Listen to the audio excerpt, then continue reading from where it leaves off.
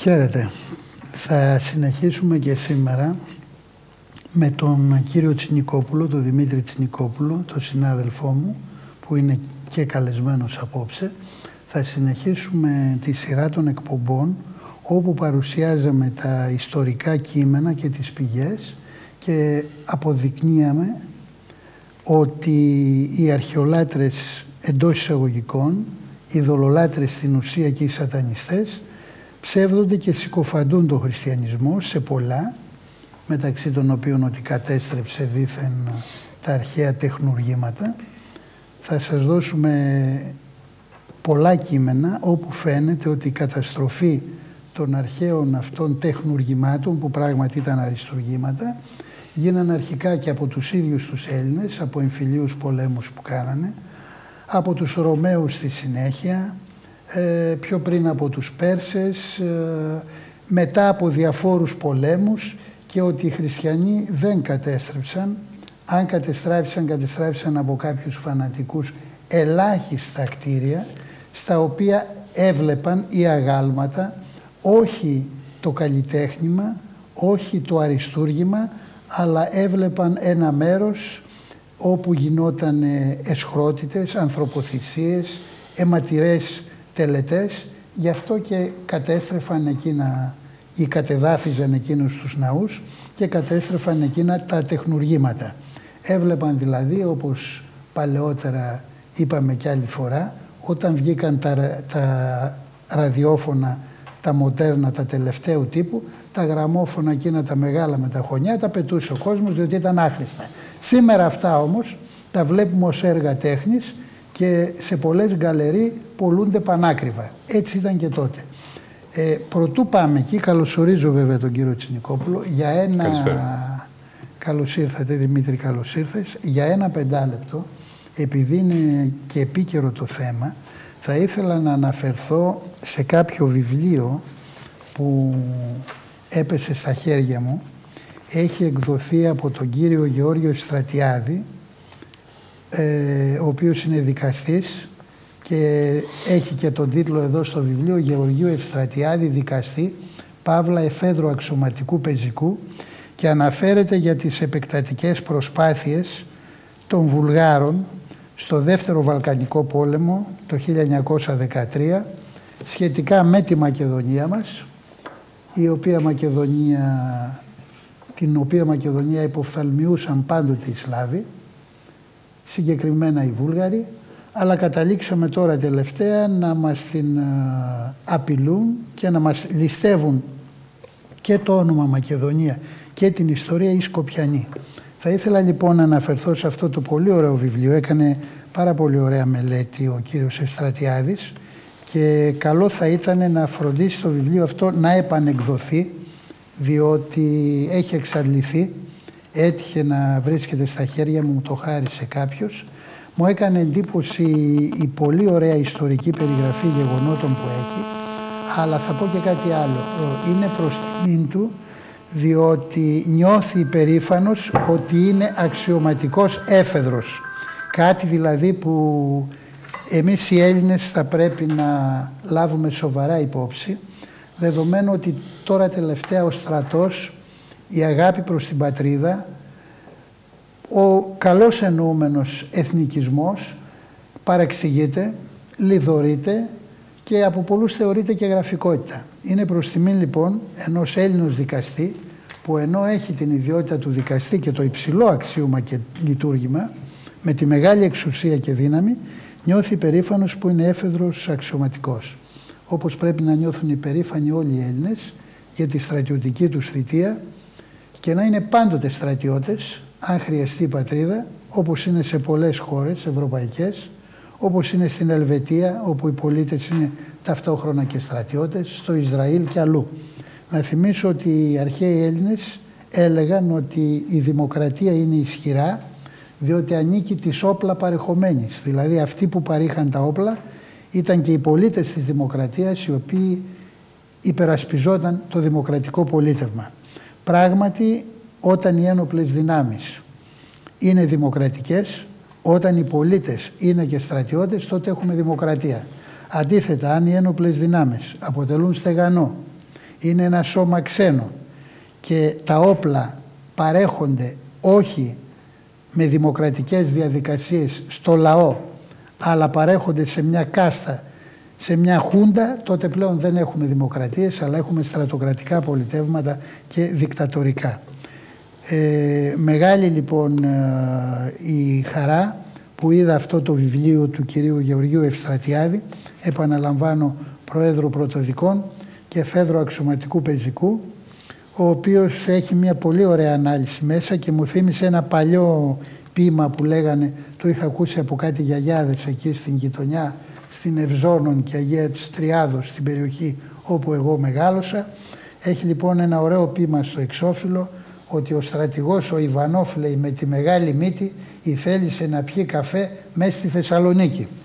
Αυτό για τους Σλάβους, οι οποίοι, επαναλαμβάνω, υποφθαλμιούν τη Μακεδονία, και για τους Σκοπιανούς ένα άλλο βιβλίο. Είναι ένα βιβλίο που εκδόθηκε το 1869 στην Κωνσταντινούπολη από έναν Έλληνα τυπογράφο, τον κύριο Δημήτριο Νικολαίδη. Αυτός συγκέντρωσε στο βιβλίο αυτό τα διατάγματα του Σουλτάνου Αβδούλ Αζίζ Χάν, ο οποίος θεωρήθη ως ο αναμορφωτής της Ανατολής. Ήταν από τους πρώτους Σουλτάνους που άρχισε να έχει προοδευτικά, θα έλεγε κανείς, βήματα να κάνει μέσα στο σκοταδισμό, τον σουλτανικό και οθωμανικό σκοταδισμό, και ακολούθησαν βέβαια μετά οι εξελίξεις στην Τουρκία. Αυτός λοιπόν ο Αβδούλ Αζίζ είχε εκδώσει ένα διάταγμα το 1839 και καθόριζε τον τρόπο διοικήσεως της Μεγάλης Οθωμανικής Αυτοκρατορίας. Όριζε και ανέφερε τις περιοχές, τις επαρχίες κλπ. Χώριζε την Τουρκία σε βιλαέτια. Βιλαέτη δηλαδή ήταν περίπου μια νομαρχία, θα λέγαμε μια περιφέρεια. Ακολούθως σε καζάδες που ήταν οι επαρχίες και μάλλον σε σαντζάκια που ήταν οι επαρχίες, και μετά ήταν σε δήμους που ήταν οι καζάς, ελέγοντο οι δήμοι καζάδες. Έχοντας λοιπόν αυτό το διάταγμα του 1839, το οποίο το μετέφρασε, όπως είπαμε, στα ελληνικά ο Δημήτρης Νικολαίδης το 1869, αναφέρει την διαίρεση του Οθωμανικού κράτους και λέει ότι χωρίζει την αυτοκρατορία σε βιλαέτια και λέει βιλαέτη της Ανδριανουπόλεως, βιλαέτη του Δουνάβιους, βιλαέτη της Βυθινίας, βιλαέτη της Βαγδάτης, βιλαέτη του Διαρμπακύρ, βιλαέτη της Συρίας. Αναφέρεται λοιπόν και στο βιλαέτη της Θεσσαλονίκης και λέει βιλαέτη Θεσσαλονίκης, πρωτεύουσα Θεσσαλονίκης, επαρχία, σαντζάκια δηλαδή, επαρχία της Θεσσαλονίκης, δήμοι της Θεσσαλονίκης, καζάδες, Θεσσαλονίκη, Δήμος Θεσσαλονίκης, Δήμος Βοδενών, Δήμος Βερίας, Δήμος Κασανδρίας, Δήμος το Ιράνι. Επαρχία Σαντζάκη, Μπιτόλια, Βιτολίας.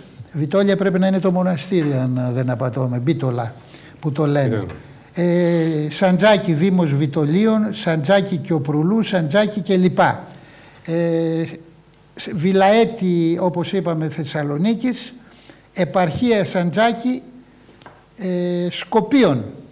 Έχει λοιπόν τα Σκόπια και λέει ότι τα Σκόπια, η επαρχία Σκοπίων, το Σαντζάκη των Σκοπίων, έχει το Δήμο Σκοπίων, το Δήμο Ιστέπης, το Δήμο Ραδοβίστα, το Δήμο Κομάνοβο και το Δήμο Καλκανδελένη.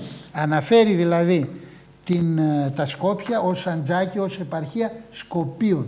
Ούτε Μακεντόνσκι, ούτε Βαρδάρσκα, ούτε οτιδήποτε. Σκοπίων, Σκόπια. Αυτό λοιπόν είναι το όνομά τους και κακώς οι Έλληνες ανεχόμεθα αυτά τα καμώματα εκ μέρους των Σκοπιανών και ανεχόμεθα και αφήνουμε να γίνονται αυτά που γίνονται. Εάν αντιδράσουμε σοβαρά, οι Αμερικανοί θα αναγνωρίσουν το δίκαιό μας, άλλωστε το ξέρουν. Από το 1946 υπάρχει έγγραφο του Αμερικανού Υπουργού Εξωτερικών, όπου όταν τότε ο Τίτο έκανε αυτό το ψευδοκράτος εκεί το κράτος μέσα στην ομοσπονδιακή εντός εισαγωγικών Ιουγκοσλαβία, το κράτος της Μακεδονίας, ξεκαθαρίζουν οι Αμερικανοί με έγγραφο του Αμερικανού Υπουργού Εξωτερικών και λέει δεν υπάρχει μακεδονικό έθνος, δεν υπάρχει μακεδονική γλώσσα, αυτό είναι κατασκεύασμα του Τίτο, η Μακεδονία είναι ελληνικό μέρος, η Μακεδονία είναι Ελλάς, η Μακεδονία είναι κατεξοχήν Ελλάς του Αλεξάνδρου, η Μακεδονία είναι αυτή η οποία είχε τους Μακεδόνες με τον πολιτισμό και τη γλώσσα που την διέδωσαν σε όλο τον τότε γνωστό κόσμο και με την γλώσσα αυτή την ελληνική του Μεγάλου Αλεξάνδρου, την ελληνικότατη μετεδόθη η χριστιανική θρησκεία κλπ. Ας αφήσουν λοιπόν κατά μέρος οι Σκοπιανοί τις ληστρικές αυτές απόψεις και ας αντιδράσει η Ελλάδα και οι Έλληνες όπως πρέπει. Αυτά ήθελα να πω και να δώσω το λόγο στον αγαπητό μου συνάδελφο και φίλο, ερευνητή, πραγματικό ερευνητή, διότι εδώ έρχονται άνθρωποι οι οποίοι δεν έχουν βγάλει το δημοτικό σχολείο και χωρίς να έχουν και γνώσεις, χωρίς τίποτα, με περισσή ημιμάθεια λένε ότι είμαστε ερευνητές. Τι είναι οι ερευνητές? Δηλαδή ό,τι του κατέβει του καθενός λέει ότι είναι ερευνητής και λέει ότι ξέρετε οι αρχαίοι Έλληνες στην Αυμαχία της Σαλαμίνος είχαν υποβρύχια, είχαν και αεροπλανοφόρα, γι' αυτό νίκησαν τους Πέρσες. Τώρα τέτοιου είδους ερευνητές, κάθε άλλο παρά ερευνητής μπορεί να λέγεται ένας τέτοιος. Αντίθετα λοιπόν ο κύριος Τινικόπουλος είναι αναγνωρισμένος συγγραφέας, ερευνητής πράγματι και μαζί θα παρουσιάσουμε τις πηγές μας όπως είπα που μιλάνε μόνες τους για τις ανακρίβειες, τα ψεύδη και τις συκοφαντίες των δίθεν αρχαιοελληνιστών. Στην ουσία είναι ειδωλολάτρες, είναι σατανιστές, είναι αντίχριστοι, συκοφαντούν, διαστρεβλώνουν την αλήθεια. Αγαπητέ Δημήτρη, ο λόγος σε σένα. Ευχαριστώ, αγαπητέ κύριε Αλβανέ, γιατί μου δίνετε και πάλι ευκαιρία να ολοκληρώσουμε τις σκέψεις που είχαμε αφήσει ημιτελείς τις προηγούμενες φορές. Ήθελα να πω πάνω σε δύο-τρία επιχειρήματα τα οποία συνεχώς και συχνά προβάλλονται από τους ελληνιστές, από τους αρχαιολάτρες αυτούς, τους νεοπαγανιστές, όπως και να τους ονομάσουμε. Δεν τους λέμε ελληνιστές γιατί είναι σαν να μην είμαστε εμείς ελληνιστές. Όχι, αρχαιοελληνιστές με αυτήν την έννοια. Ειδωλολάτρες. Ειδωλολάτρες, νεοπαγανιστές εγώ τους λέω περισσότερο. Και αντίχριστοι και σατανιστές. Κάτι το οποίο δεν μπορούν να καταλάβουν ή μάλλον δεν θέλουν να καταλάβουν είναι ότι, όπως το είχαμε πει και την άλλη φορά, επιτιθέμενοι εναντίον της Παλαιάς Διαθήκης δεν καταλαβαίνουν ότι επιτίθενται και εναντίον του χριστιανισμού και της Καινής Διαθήκης. Ορισμένοι από αυτούς. Άλλοι το καταλαβαίνουν πολύ καλά και δεν τους ενδιαφέρει καθόλου και επιτίθενται και εναντίον του χριστιανισμού. Εδώ όμως πρέπει να γίνει μια διευκρίνηση στο εξής σημείο. Ο χριστιανισμός, η χριστιανική θρησκεία αποδέχεται την Παλαιά Διαθήκη. Υπάρχει Παλαιά Διαθήκη και Καινή Διαθήκη. Η προϊστορία της Καινής Διαθήκης είναι η Παλαιά Διαθήκη. Εκεί υπάρχει όλη η προϊστορία των πιστών ανθρώπων του Θεού. Υπάρχει όμως μια λεπτή διαφορά. Ότι όταν μιλάμε για Παλαιά Διαθήκη, δεν εννοούμε ότι οι χριστιανοί είναι υποχρεωμένοι να τηρούν το Μωσαϊκό νόμο. Εδώ γίνεται μια μεγάλη σύγχυση από πολλούς φονταμενταλιστές και σύγχρονους και παλαιότερους, οι οποίοι συγχαίουν και νομίζουν ότι πρέπει κανείς να τηρεί το Μωσαϊκό νόμο. Ο Μωσαϊκός νόμος δόθηκε μέσω του Μωυσέως στους αρχαίους Εβραίους, έπαιξε το ρόλο του, ήταν για την εποχή εκείνη, οι διατάξεις του αφορούσαν εκείνο το συγκεκριμένο λαό και από εκεί και πέρα τα πράγματα εξέλιπαν όταν πλέον ήρθε ο Χριστός. Και φυσικά ο Χριστός και η χριστιανοσύνη αναφέρεται σε όλα τα έθνη, σε όλους τους λαούς, με τον νόμο της αγάπης και όχι με τις αυστηρές διατάξεις του Μωσαϊκού νόμου, ο οποίος Μωσαϊκός νόμος ήταν και εγκόσμιος νόμος. Ήταν και δίκαιο, ποινικό και δικονομικό και αστική νόμοι και αφορούσαν το λαό εκείνο. Κάτω από αυτό λοιπόν το πρίσμα, αν το δούμε, το πράγμα ξεκαθαρίζεται. Γιατί σήμερα υπάρχουν φονταμενταλιστικές, ας το πούμε, αιρέσεις και κινήματα στην Αμερική που θέλουν να τηρήσουν το Μωσαϊκό νόμο. Αυτό δημιουργεί σύγχυση στις διάνοιες πολλών ανθρώπων και νομίζουν ότι οι χριστιανοί τηρούν το Μωσαϊκό νόμο.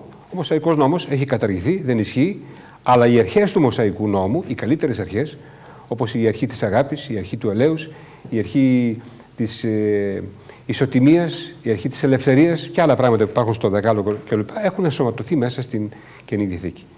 Εδώ ακριβώς βρίσκεται και ένα μεγάλο άλλο πρόβλημα που ο Μάμεθ και ο ομομαθανισμός, που σαφώς υπάρχει φονταμενταλισμός στις χώρες αυτές, άντλησαν από την Παλαιά Διαθήκη και ενώ ο χριστιανισμός κατήργησε τις διατάξεις της Παλαιάς Διαθήκης, του νόμου της Παλαιάς Διαθήκης, δηλαδή, το Μωσαϊκό νόμο, ήρθε ο Μωάμεθ, ο οποίος μέσα στο Κοράνιο εισήγαγε αυτές τις διατάξεις, τις αυστηρές ποινές, και έχουμε τώρα το πρόβλημα στις μουσουλμανικές χώρες να υπάρχει το θέμα να επιβάλλονται αυστηρές ποινές, αυστηρότατες, ανάλογες με τις ποινές του Μωσαϊκού νόμου, διότι τηρείται αυτό το πνεύμα του Μωσαϊκού νόμου που για τους χριστιανούς δεν υφίσταται.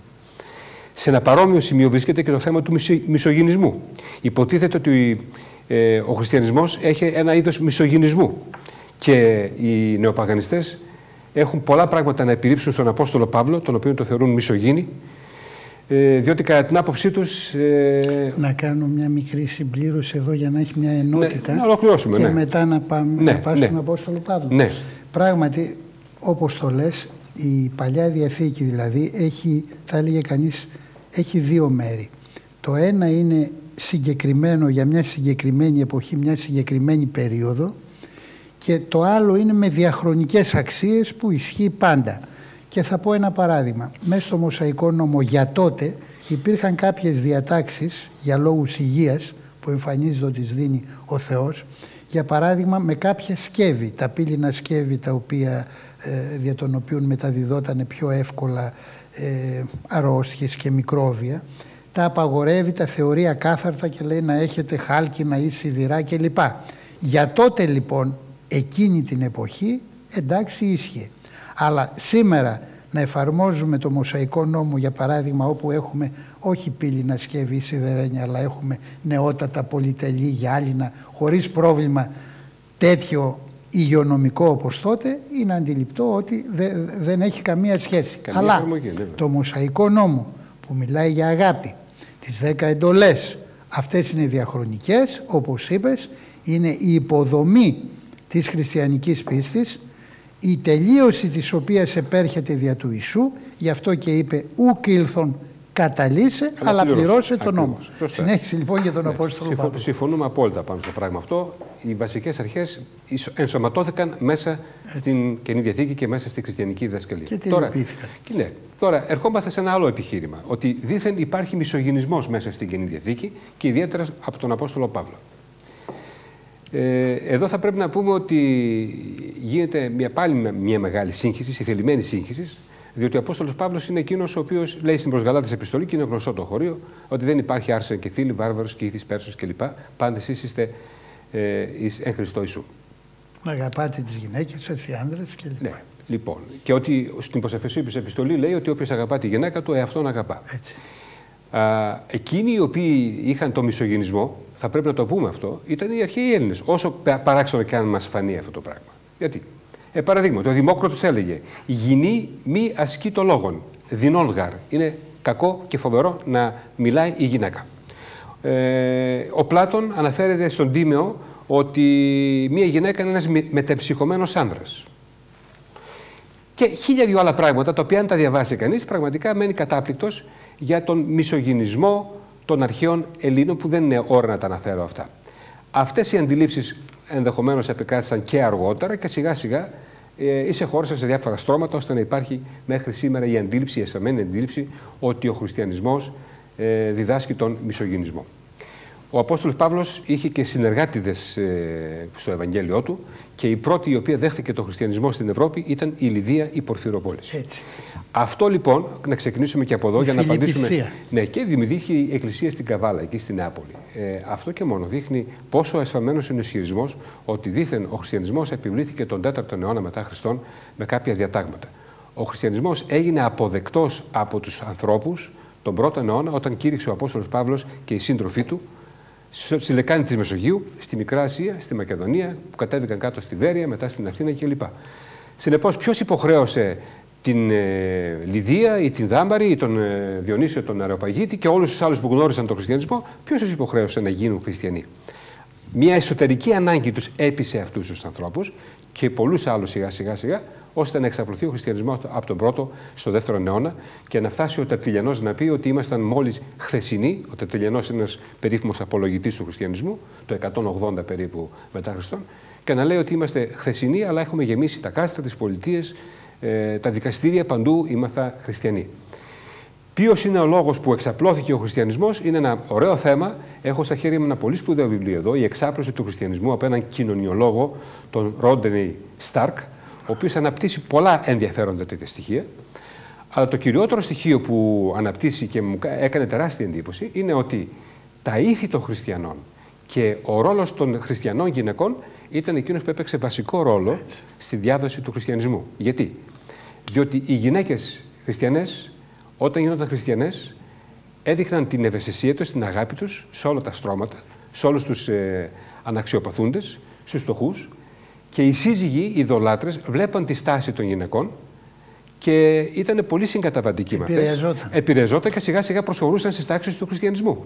Με αποτέλεσμα τα αγνά ήθη των χριστιανών σιγά σιγά να μεταλλάσσουν την κοινωνία, διότι την εποχή εκείνη η σκληρότης εκ μέρους των Ρωμαίων και των άλλων παγανιστών ήταν αφόρητη. Έχω ένα δημοσίευμα εδώ που λέγει ότι ένας Ρωμαίος αξιωματούχος, η πολίτης, ήταν 3.000 φορές πιο πλούσιος τον 2ο αιώνα μετά Χριστόν από έναν απλό γεωκτήμονα. Αυτό το συγκεντρωτικό σύστημα της πλουτοκρατίας και η αδυσόπιτη φορολογία έκαμε την εξαθλίωση ακόμα μεγαλύτερη, και με αυτόν τον τρόπο δημιουργούνται οικονομικά ασθενέστερες τάξεις, οι οποίες προσέτρεχαν στον χριστιανισμό για να βρουν ανακούφιση. Και η δουλεία. Και η δουλεία φυσικά, να βρουν ανακούφιση. Αλλά επιπλέον ήταν και θέμα δημογραφικό. Οι χριστιανές γυναίκες δεν προέβαιναν σε εκτρώσεις όπως προέβαιναν οι γυναίκες των Ρωμαίων και οι άλλες ειδωλολάτρισσες, με αποτέλεσμα να υπάρχει ευγωνία και να γεννιούνται πολλά τέκνα τα οποία διδάσκονται τον χριστιανισμό, και έτσι με τον τρόπο αυτό σιγά σιγά έγινε και αυτή η εξάπλωση, τελείως ηθελημένα, χωρίς καμία βία και κανένα πρόβλημα. Ήθελα να ολοκληρώσω το θέμα ότι η βίβλος δίδει τιμή στο γυναικείο φύλο, όπως λέγει. Να πούμε 2 λεπτά κάτι για τον Απόστολο Παύλο. Θα επανέλθουμε σε αυτό, θα πούμε κάτι αργότερα. Ναι. Κάτι και θέλω να ολοκληρώσω. Αναφέρουν το μισογυνισμό αυτόν και επικαλούνται την προς Κορινθίους επιστολή. Στο 7ο κεφάλαιο. Αλλά πρέπει να ξέρουν το εξής, ότι εκείνη η επιστολή εγγράφει ειδικά για την Κόρινθο, όπου πλεόναζε η πορνεία, η ειδωλατρία, η ιερά πορνεία. Η ιερή πορνεία, βέβαια. Οι ιερόδουλες. Έτσι, και οι γυναίκες εκεί είχαν μια άλλη νοοτροπία και μια άλλη αντίληψη. Ενώ οι γυναίκες της Θεσσαλονίκης, αν δούμε στις επιστολές του Παύλου προς Θεσσαλονικής ή αλλού, είναι διαφορετικές. Δεν έχει λοιπόν την έννοια του μισογυνισμού, αλλά την έννοια με την καλή του όρου σημασία να συμμαζέψει τις γυναίκες που ήταν μαθημένες από το ισχύον κοινωνικό καθεστώς πορνείας κλπ. Στην Κόρινθο. Μια μικρή διακοπή και συνεχίζεις. Ναι, για διαφημίσεις δηλαδή, όχι για άλλο λόγο. Συνεχίζουμε, αγαπητοί φίλοι. Κύριε Τσινικόπουλε. Μία άλλη άποψη, μία άλλη θεωρία που έχουν οι νεοπαγανιστές, όχι όλοι βέβαια, γιατί είναι διάφορες ομάδες, αλλά εν πάση περιπτώσει μία κρατούσα άποψη, είναι ότι ο πραγματικός ιδρυτής του χριστιανισμού δεν υπήρξε ο ίδιος ο Χριστός, αλλά υπήρξε ο Απόστολος Παύλος. Πρόκειται για μία άλλη διαστρέβλωση που τακτικά την συναντάει κανείς σε πολλά βιβλία και την διακρατούν και διάφοροι διανοούμενοι. Συγκεκριμένα, έχοντας υπόψη μου ένα βιβλίο που ανέφερε τις μεγάλες προσωπικότητες της ιστορίας, μου έκανε εντύπωση ότι σαν πρώτη μεγάλη προσωπικότητα της ιστορίας αυτός ο ξένος συγγραφέας είχε τον Μωάμεθ και μετά είχε τον Χριστό. Και το εξηγούσε ως εξής. Λέει, ο Μωάμεθ είναι ιδρυτής του μουσουλμανισμού, ενώ ο ιδρυτής του χριστιανισμού είναι ο Χριστός και ο Απόστολος Παύλος. Οπότε μοιράζονται αυτοί οι δύο, λέει, ας το πούμε, τα διάσημα. Λοιπόν, είναι μια διαδεδομένη άποψη ότι ο Απόστολος Παύλος δήθεν υπήρξε ο πραγματικός ιδρυτής του χριστιανισμού και ότι αυτός διέδωσε διδασκαλίες τις οποίες είναι τελείως άγνωστες και διαφορετικές από τις διδασκαλίες του Χριστού. Πριν πω αυτό το πράγμα, ήθελα να διευκρινίσω και κάτι ακόμα. Ότι ο πρώτος, στον 20ο αιώνα τουλάχιστον, ο πρώτος ο οποίος λάσαρε την ιδέα που έρχονται και επανέρχονται οι νεοπαγανιστές στην ιδέα αυτή, ότι ο Ιησούς ήταν Έλληνας και ότι ήταν γιος του Πανδύρα, όπως είχαμε πει και σε άλλες εκπομπές, έμεινα κατάπληκτος όταν το διάβασα ότι στον 20ο αιώνα αυτός που διέδωσε την άποψη αυτή, ότι ήταν Έλληνας κλπ., ήταν ο Χίτλερ. Πρέπει να το ξέρουμε αυτό το πράγμα. Αυτός διέδωσε πάρα πολύ αυτή τη θεωρία. Και ο Χίτλερ δεν είπε μόνο αυτό. Στον 20ο αιώνα. Στον 20ο αιώνα λέω. Πιο μπροστά η θεωρία είναι παλιά. θεωρία είναι και του Κέλσου θεωρία. Με τα παλαβά της Θούλης και λοιπά τα έλεγε ο Χίτλερ. Και ο Χίτλερ. Δηλαδή μπορούμε να καταλάβουμε πώς αυτές οι ιδέες επαναλαμβάνονται και ανακυκλώνονται σε κάποιους κύκλους. Τώρα, ο Χίτλερ βεβαίως ήταν επηρεασμένος και από τις θεωρίες του Νίτσε, ο οποίος Νίτσε ήταν αυτός που έλεγε ότι ο Χριστός ήταν, εν πάση περιπτώσει, μια άθα προσωπικότητα, αλλά εκείνος που έπαιξε βασικό ρόλο στον χριστιανισμό είναι ο Απόστολος Παύλος. Πρόκειται για συκοφαντία και για τεράστιο ψέμα που αποδεικνύεται ως εξής. Εάν καθ' υπόθεση ο Απόστολος Παύλος διέδωσε τον χριστιανισμό της δικής του επινόησης και κοπής, τότε θα έπρεπε ο Απόστολος Παύλος να διαφωνεί με αυτά τα οποία δίδαξε ο Χριστός, όπως αναφέρονται στο Ευαγγέλιο, και να διαφωνεί με τους υπόλοιπους Αποστόλους, όπως τα γραπτά τους είναι διαφυλαγμένα μέσα σε επιστολές. Δηλαδή, αν κάνουμε τώρα μια σύγκριση μεταξύ διδασκαλιών του Αποστόλου Παύλου και των διδασκαλιών του Χριστού μέσα στα Ευαγγέλια και των επιστολών του Πέτρου, του Ιωάννη, του Ιακώβου και της Αποκάλυψης, τότε θα φανεί αν πραγματικά ο Απόστολος Παύλος λέει κάτι διαφορετικό ή λέει αυτό που λέει. Κάτι δικό του. Ή κάτι δικό του. Γιατί η σύγκριση φανερώνει αμέσως περί τίνος πρόκειται. Μία μικρή λοιπόν σύγκριση, αν γίνεται, φανερώνει και αποδεικνύει τα εξής. Καταρχάς, ο Απόστολος Παύλος συμφωνεί καθόλου με τον Χριστό, με τα όσα δίδαξε ο Χριστός. Και ο Απόστολος Παύλος λέει στην προσκορυφθήσα επιστολή: από Κυρίου παρέλαβαν αυτά τα οποία σας παρέδωκα. Πρώτα παραπέμπει εκεί. Εκ δευτέρου, αν κάναμε μια επιμέρους ανάλυση των επιμέρους διδασκαλιών του Αποστόλου Παύλου, στα κρίσιμα ή επίμαχα σημεία, θα δούμε ότι συμφωνεί απόλυτα με τον Χριστό. Παραδείγματι, ο Ιησούς είπε να αγαπάμε και τους εχθρούς μας. Ο Απόστολος Παύλος λέγει, έχει τον ύμνο της αγάπης και λέει: μην νικάσαι υπό του κακού, αλλά νίκα δια του αγαθού το κακόν. Άρα συμφωνεί απόλυτα με τον Χριστό στην προσβεβαίωση της επιστολής. Συμφωνεί απόλυτα. Διαδίδει ότι ο Χριστός. Ναι, θέλω να πω, όχι, βεβαίως διαδίδει, αλλά υποτίθεται ότι ο Απόστολος Παύλος διέδωσε και διακήρυσε κάτι διαφορετικό από ό,τι δίδαξε ο Χριστός. Ούτε διαφορετικό, ούτε δικό του. Προχωρούμε στο εξής. Ο Ιησούς έλεγε: πριν γίνει ο Αβραάμ, εγώ είμαι. Και δόξα σου με Πάτερ με τη δόξα την οποία είχα παρασύ προτού τον κόσμο είναι. Μιλούσε για την προανθρώπινη ύπαρξή του. Αυτό λέει και ο Απόστολος Παύλος. Όσοι εν μορφή Θεού υπάρχουν, ούχα αρπαγμόν ηγήσετε το Θεό ίσα είναι. Λέει στην προς Φιλιππισίους επιστολή. Στο θέμα του αντιλήτρου, της θυσίας του Χριστού, ο Ιησούς είπε: δεν ήρθε για να. Ο Υιός του ανθρώπου δεν ήρθε για να υπηρετηθεί, αλλά για να υπηρετήσει και να δώσει τη ζωή αυτού λύτρων αντί πολλών. Το λέω έτσι στην απλή γλώσσα. Λοιπόν, ο Απόστολος Παύλος λέγει και εκείνος τα ίδια πράγματα. Ότι έδωσε τη ζωή του αντίλητρο υπερπάντων, λέγει στην προς Τιμόθεον επιστολή. Για το θέμα της Ανάστασης, ο Ιησούς λέει ότι θα αναστήσει αυτόν εν τη εσχάτη ημέρα και ότι ο ίδιος ήταν η Ανάσταση. Ο Απόστολος Παύλος στην προς Κορινθίους επιστολή έχει ολόκληρο κεφάλαιο για την Ανάσταση των νεκρών. Αν δεν πιστέψω, λέει, στην Ανάσταση, δεν είμαι τίποτα. Ναι. Είμαστε ελεηνότεροι των ανθρώπων. Έτσι. Λοιπόν, ο Χριστός μιλάει για άρσα και θήλη που ευλογήθηκε και είναι ευλογημένος ο γάμος. Το ίδιο πράγμα λέει και ο Απόστολος Παύλος στην προς Εφεσίους επιστολή. Και δεν υπάρχει τώρα λόγος να αναπτύξουμε ένα προς ένα. Άρα λοιπόν φαίνεται καθαρά ότι ο Απόστολος Παύλος δεν κηρύττει κάποιο δικό του Ευαγγέλιο ή δική του επινόηση στη διδασκαλία, αλλά βαδίζει στα χνάρια του Χριστού. Γι' αυτό λέει: μιμητέ μου γίνεστε καθώς και εγώ του Χριστού.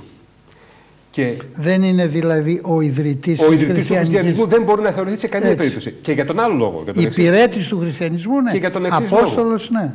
Πρώτα, το προνόμιο να μιλήσει στους εθνικούς δεν το είχε ευθύς εξ αρχής ο Παύλος, ο Απόστολος Παύλος, το είχε ο Πέτρος στον Κορνήλιο. Έτσι, και επίσης, πρέπει να πούμε και κάτι άλλο. Και στην Αντιόχεια, όταν πήγε. Στην Αντιόχεια πήγε με τους συνεργάτες του. Έτσι. Οι πράξεις των Αποστόλων δεν αποδίδουν στον Απόστολο Παύλο την πρωτοπορία και τα εύσημα ότι αυτός κήρυξε. Βεβαίως, αναφέρεται σε ένα σημείο ότι θα σε καταστήσω κήρυκα των εθνών, αλλά ο Απόστολος Παύλος είναι όργανο του Θεού με το Πνεύμα το Άγιο, το οποίο υποκινεί τον Απόστολο Παύλο και όχι μόνον, αλλά και τον Σίλα και τον Τιμόθεο και τον Λουκά και τους συνεργάτες του. Συνεπώς, όλοι μαζί αυτοί κηρύττουν και παράγουν το έργο το οποίο παράγουν. Επιπλέον, ο Απόστολος Παύλος, όταν γράφει την προς Ρωμαίους επιστολή και αργότερα και στις πράξεις των Αποστόλων, φαίνεται ότι ήδη υπήρχε η Εκκλησία της Ρώμης, την οποία δεν την ίδρυσε ο Απόστολος Παύλος, είχε ιδρυθεί από άλλους χριστιανούς. Κοντολογής. Ο χριστιανισμός διαδόθη βέβαια με τον σπουδαίο ρόλο που έπαιξε ο Απόστολος Παύλος, αλλά και οι συνεργάτες του, και ήταν υποκίνηση του Αγίου Πνεύματος που υποκινούσε αυτούς τους πρώτους πρωτεργάτες να κάνουν το έργο το οποίο έκαναν, σε συνεργασία και με τους άλλους Αποστόλους, όπως ο Πέτρος, ο οποίος μίλησε στον Κορνήλιο, αργότερα ο Πέτρος αναφέρεται ότι πήγε στη Βαβυλώνα και ούτω καθεξής. Όλοι παίξαν το ρόλο τους. Ο Θωμάς μέχρι τις Ινδίες πήγε. Ναι, αναφέρει μία παράδοση. Και τελικά, εάν καθ' υπόθεση, ας κάνουμε μια άλλη υπόθεση, ότι ο Απόστολος Παύλος είχε ένα δικό του κήρυγμα, είχε δικές του διδασκαλίες, τις οποίες αυτός λάνσαρε. τότε σε αυτή την περίπτωση θα έπρεπε να διαφωνεί και με τις διδασκαλίες των υπόλοιπων Αποστόλων. Αλλά θα έπρεπε δηλαδή ο Απόστολος Πέτρος να λέει άλλα πράγματα στις επιστολές του και άλλα να λέγει. Συγγνώμη να σε ρωτήσω κάτι. Ναι. Δηλαδή, αν το πάρουμε έτσι, θα έπρεπε ο Παύλος να έχει εφεύρει ένα μυθιστόρημα, ένα μυθικό πρόσωπο τον Ιησού, ναι, στον οποίο αναφέρεται ότι έκανε όλα αυτά και διαδίδει μια θρησκεία. Μια θρησκεία δική του. Αυτό θα τέριαζε με το υψηλό νόημα. Είναι δυνατόν ένας που διαδίδει και μαθητεύει ένα τόσο υψηλό νόημα να στηρίζεται σε μια απάτη και σε ένα ψέμα? Αυτό είναι ένα πολύ ωραίο ερώτημα και επιχείρημα. Ότι, αλλά, εν πάση περιπτώσει, έδωσε τη ζωή του. Ναι, εμείς κάνουμε μια παραχώρηση ότι αυτός επινόησε κάποιες διδασκαλίες.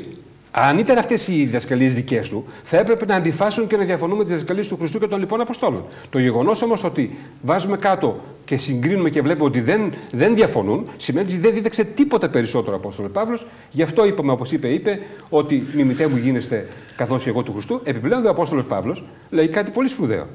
Ότι ο Χριστός ήρθε στον κόσμο να σώσει αμαρτωλούς, εκ των οποίων πρώτος είμαι εγώ. Έτσι. Ο Χριστός όμως έλεγε ότι εγώ είμαι αναμάρτητος και τι με ελέγχει περί αμαρτίας. Δηλαδή δεν υπάρχει σύγκριση μεταξύ Ιησού και Αποστόλου Παύλου. Ηγετική μεν προσωπικότητα του Απόστολος Παύλος, γι' αυτό και αναφέρεται ως ο πρώτος μετά τον ένα, αλλά ο ένας παραμένει ένας. Λέει ότι είναι φυλακισμένος για τον Χριστό και ότι αντιελευθερεί πως σας ελευθέρωσε ο Χριστός, μην υπόκειστε σε ζυγών δουλείες. Ποτέ δεν λέει το δικό μου Ευαγγέλιο, εγώ σας λέγω, δική μου άποψη κλπ. Πάντα ό,τι έλαβε από τον Κύριο. Όταν δεν είχε κάποια γνώμη από τον Κύριο, δεν είχε λάβει, λέει, λέω τη γνώμη μου, εν πάση περιπτώσει. Αλλά εν πάση περιπτώσει λέει, και εγώ είμαι δούλος του Θεού, έχω το πνεύμα του Θεού και εκφέρω τη γνώμη μου. Με απόλυτη ταπεινοφροσύνη. Συνεπώς, διαλύεται αυτός ο μύθος ότι ο Απόστολος Παύλος είναι τάχα ιδρυτής του χριστιανισμού και ότι εκήρυξε δίθεν δικό του Ευαγγέλιο, δικής του επινοήσεως Ευαγγέλιο, και το οποίο αυτός λάνσαρε το χριστιανισμό, ενώ ο Χριστός έλεγε τελείως διαφορετικά πράγματα ή ασήμαντα πράγματα και τάχα ο Απόστολος Παύλος είπε τα σπουδαία.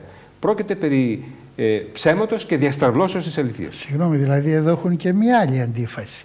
Ή δεν υπήρξε καθόλου ο Χριστός και φτιάχνει ένα μυθιστορηματικό πρόσωπο ο Παύλος, ή υπήρξε πράγματι ο Χριστός, αλλά λένε οι αντίχριστοι ότι είπε μικροπράγματα, αλλά ο Παύλος τα μεγάλωσε, είτε τα μεγαλοποίησε, είτε τα διαστρέβλωσε κιόλας. Και αυτά που γράφει οι επιστολές του Πέτρου, του Ιακώβου, του Ιούδα. Εάν ήταν έτσι, τότε θα είχαμε δύο Ευαγγέλια. Δηλαδή, άλλα θα κήρυταν ο Παύλος και άλλα θα κήρυταν οι άλλοι. Οπότε θα υπήρχε διάσταση του χριστιανισμού. Αλλά ο χριστιανισμός διδάσκει τα οποία όσα διδάσκει είναι ενιαία, είναι γνωστά, αναφέρονται στην Καινή Διαθήκη, αναφέρονται στους πρώτους πατέρες, είναι γνωστά, στους πρώτους απολογητές. Συνεπώς δεν υπάρχει καμία τέτοια περίπτωση. Εδώ λοιπόν συμβαίνει αυτό που είχε πει κάποτε ο Ιωάννης ο Χρυσόστομος, και είναι πολύ ωραίο αυτό το πράγμα που είπε, μου άρεσε και το έχω σημειώσει. Το ότι μερικές φορές λέει κάποιοι επικαλούνται τις γραφές, αυτό δεν σημαίνει τίποτα.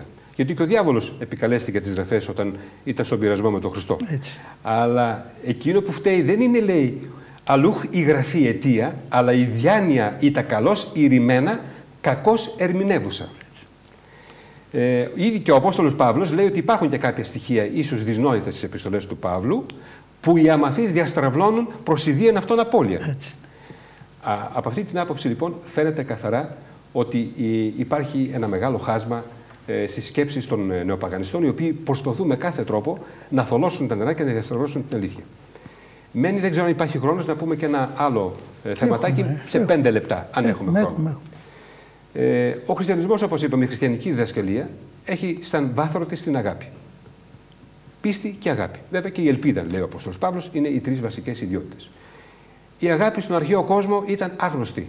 Εάν κανείς ανοίξει ένα ειδικό λεξικό, όπως είναι το Liddell Scott ή ακόμα ειδικότερα εξειδικευμένα λεξικά, θα δει ότι το ουσιαστικό αγάπη στον αρχαίο κόσμο είναι ζήτημα αν υπάρχει 10 φορές. Αν ανοίξει όμως την Καινή Διαθήκη, θα δει ότι η λέξη αγάπη και το ρήμα αγαπώ υπάρχει 250 φορές. Αυτό και μόνο δείχνει λοιπόν από πού επήγασε η έννοια της ανθρωπιστικής αγάπης. Οι αρχαίοι Έλληνες βέβαια είχαν και λεπτές διακρίσεις της έννοιας της αγάπης, πλούσιο λεξιλόγιο, μιλούσαν για το φιλίν, για το εράν, για το σπλαχνίζεστ, για τον νικτυρμό και μιλούσαν επίσης και για την αγάπη, το ρήμα αγαπώ.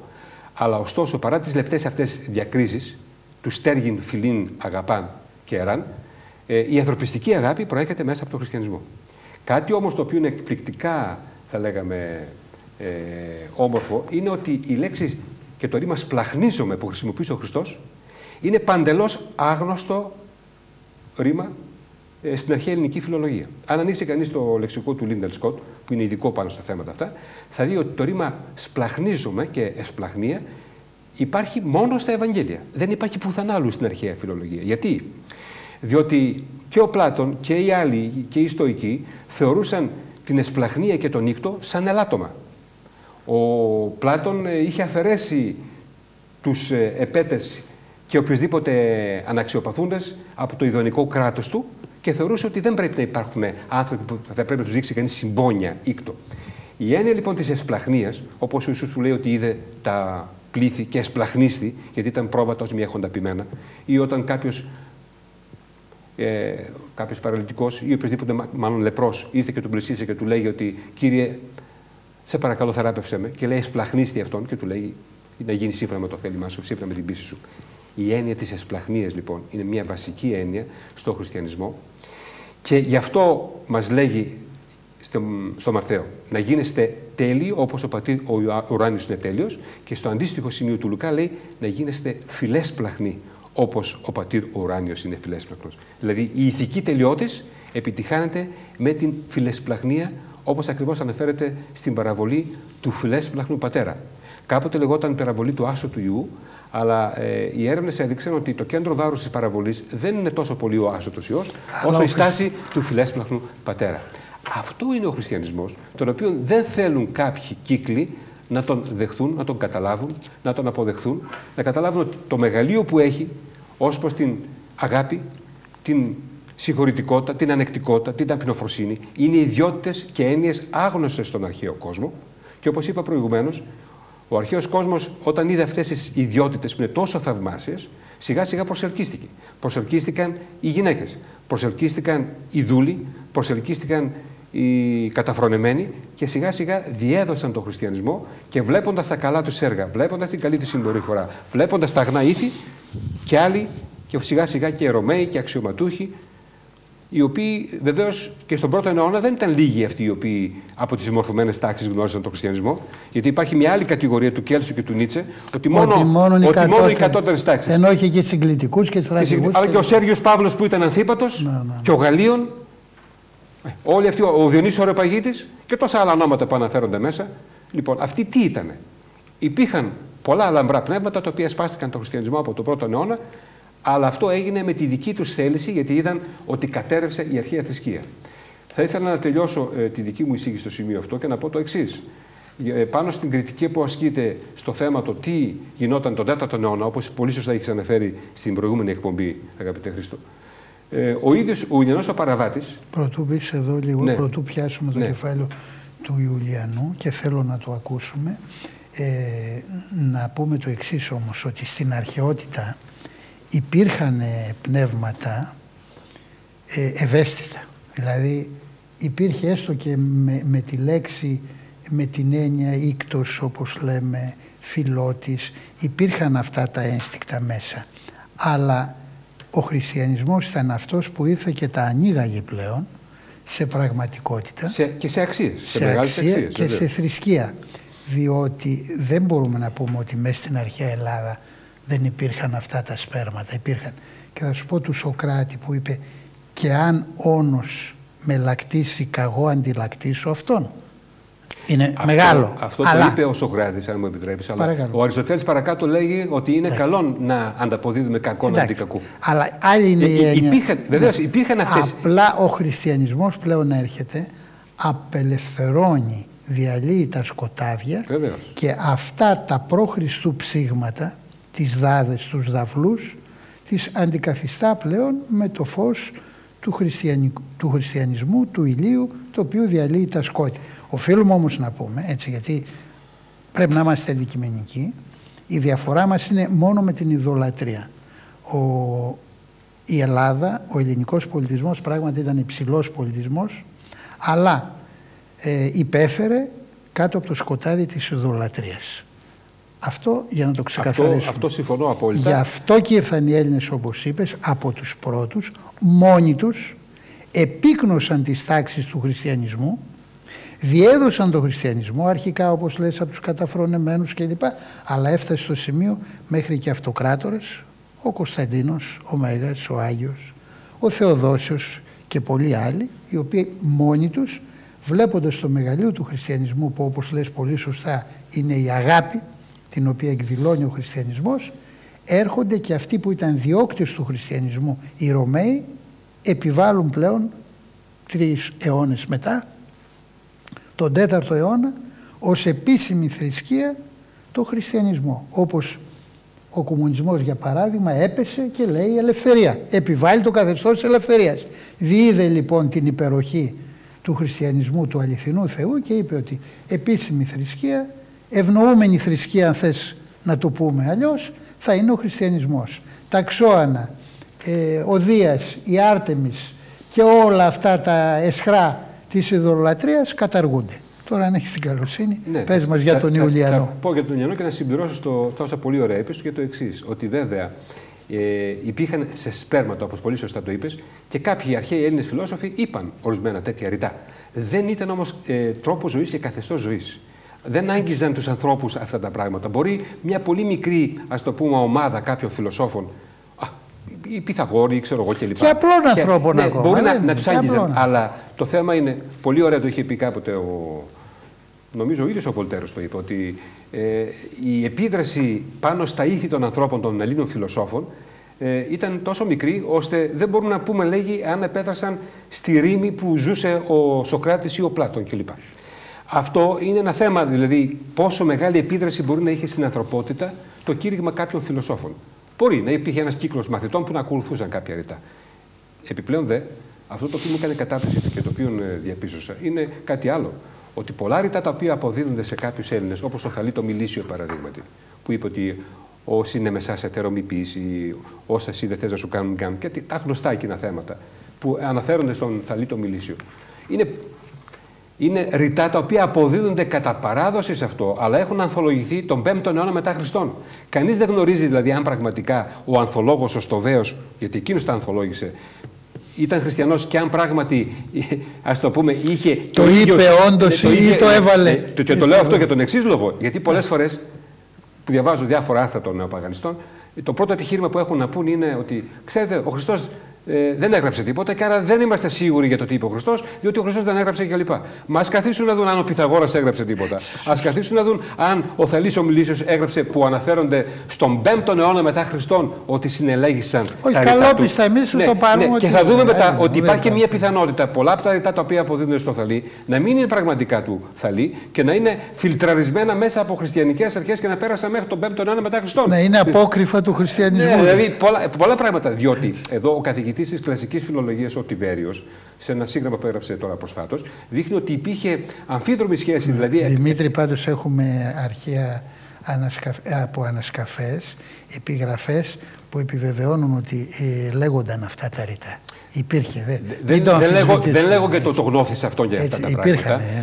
Δεν λέγω, αλλά λέω το εξής πράγμα, ότι όταν έχουμε 1000 χρόνια διαφορά, γιατί έρχονται οι νεοπαγανιστές και μας λένε δεν έγραψε τίποτα ο Χριστός. Δεν έγραψε ο Χριστός τίποτα. Τη στιγμή μάλιστα που τα λόγια του καταγράφηκαν στα επόμενα 20-30 χρόνια και δεν κάθονται να σκεφτούν ότι τα ρητά του Θαλή του Μιλήσιου έχουν απόσταση 1000 έτη από τότε που ελέγχθησαν. Εμείς οφείλουμε να είμαστε αντικειμενικοί, καλόπιστοι, ότι είναι σωστό να το δεχόμεθα και δεχόμεθα το χριστιανισμό γιατί κάνουμε κατηχητικό.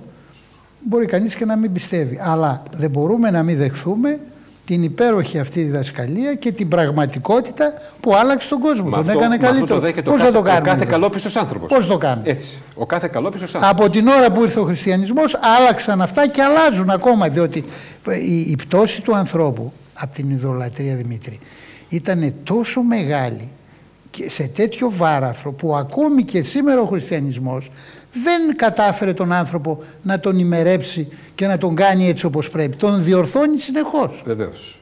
Προς Θεού. Πρέπει να το δεχθούμε αυτό. Και πρέπει ο καθένας μόνος του σαν βίωμα να το... Σου είπα ένα κατάλοιπο, δεν ξέρω αν το έζησες εσύ. Εγώ μικρός θυμάμαι στη Θεσσαλονίκη, όταν χτίζανε ένα καινούριο σπίτι, στα θεμέλια τους φάζανε ένα κόκορα.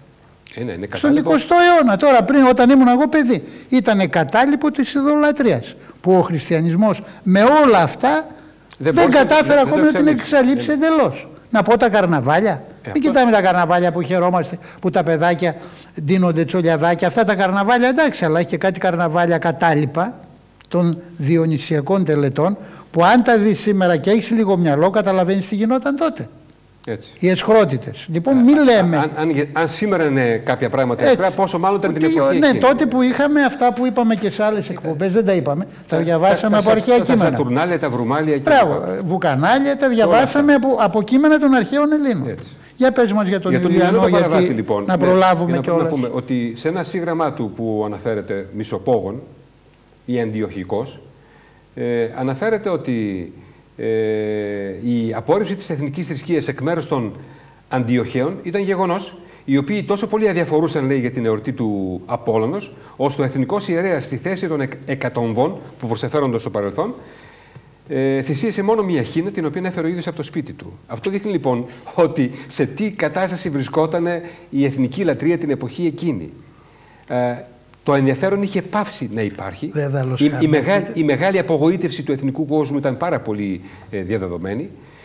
Και εδώ θα πω αυτό που είχε πει κάποτε ο νομπελίστας ποιητής ο Μπρόντσκι, ότι τελικά ο χριστιανισμός διεδόθη εξαιτίας των έργων που είχε να παρουσιάσει. Η εθνική θρησκεία με τις μυστηριακές θρησκείες και ιδίως με το μηθραϊσμό που ήταν ανεπτυγμένο στην εποχή εκείνη, δεν είχε να επιδείξει καλά έργα. Είχε σκληρότητα, είχε αδιαφορία προς τον πλησίον, είχε βαρβαρότητα και οτιδήποτε άλλο. Ενώ ο χριστιανισμός είχε τα καλά έργα. Και τα καλά έργα μιλούν περισσότερο από τα λόγια. Εδώ θα ήθελα να πω αυτό το ωραίο που είχε πει κάποτε ο Σάμουελ Μπάτλερ, ότι η θρησκεία έχει δύο μεγάλους εχθρούς. Το υπερβολικά πολύ και το υπερβολικά λίγο. Το υπερβολικά πολύ είναι ο φανατισμός και το υπερβολικά λίγο είναι τα έργα. Ο χριστιανισμός λοιπόν εν τη γενέση του είχε πολλά έργα.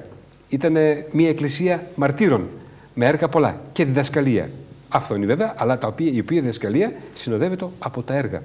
Αυτό ήταν που όθησε τους ανθρώπους να πλησιάσουν και να δουν τι είδους άνθρωποι είναι αυτοί οι οποίοι, όπως και ο Χριστός λιδωρούμενος δεν αντελιδώρει Πάσχων, δεν απειλούσε. Τι άνθρωποι ήταν αυτοί που μπορούσαν να πέσουν στα θηρία και να αντέξει η πίστη τους και να μην λυγίσει. Τι άνθρωποι είναι αυτοί που τους βρίζεις, τους προπυλακίζεις και όμως αυτοί δείχνουν αγάπη. Αυτό είναι ένα αφοπλιστικό στοιχείο. Διότι όπως και ο Χριστός δίδαξε και ο Παύλος, μην νικάσει από το κακό, αλλά νίκα δια το αγαθού του κακών. Αυτό το είχαν οι πρώτοι χριστιανοί. Να πούμε ένα πολύ αφοπλιστικό που το είπαμε και την άλλη φορά.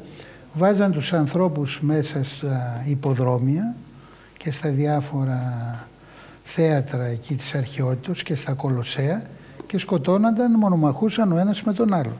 Και όταν κατέβηκε ο πρώτος χριστιανός αυτοκράτορ της Ρώμης στη Δύση, ο Ονόριος, και διέταξε να σταματήσουν αυτού του είδους οι μονομαχίες και οι δολοφονίες και οι βαρβαρότητες, ήταν δυνατόν αυτό το μέτρο να μην κατησχίσει και να μην θεωρηθεί ότι υπερέχει όταν σταματούσε το φόνο, σταματούσε τον πόνο, σταματούσε το σκοτωμό, την αιματοχυσία. Να γιατί επικράτησε ο χριστιανισμός. Λες δε για τον Ιουλιανό, και θα σε θυμίσω γιατί το ξέρεις, αλλά για να το ακούσουν οι τηλεθεατές.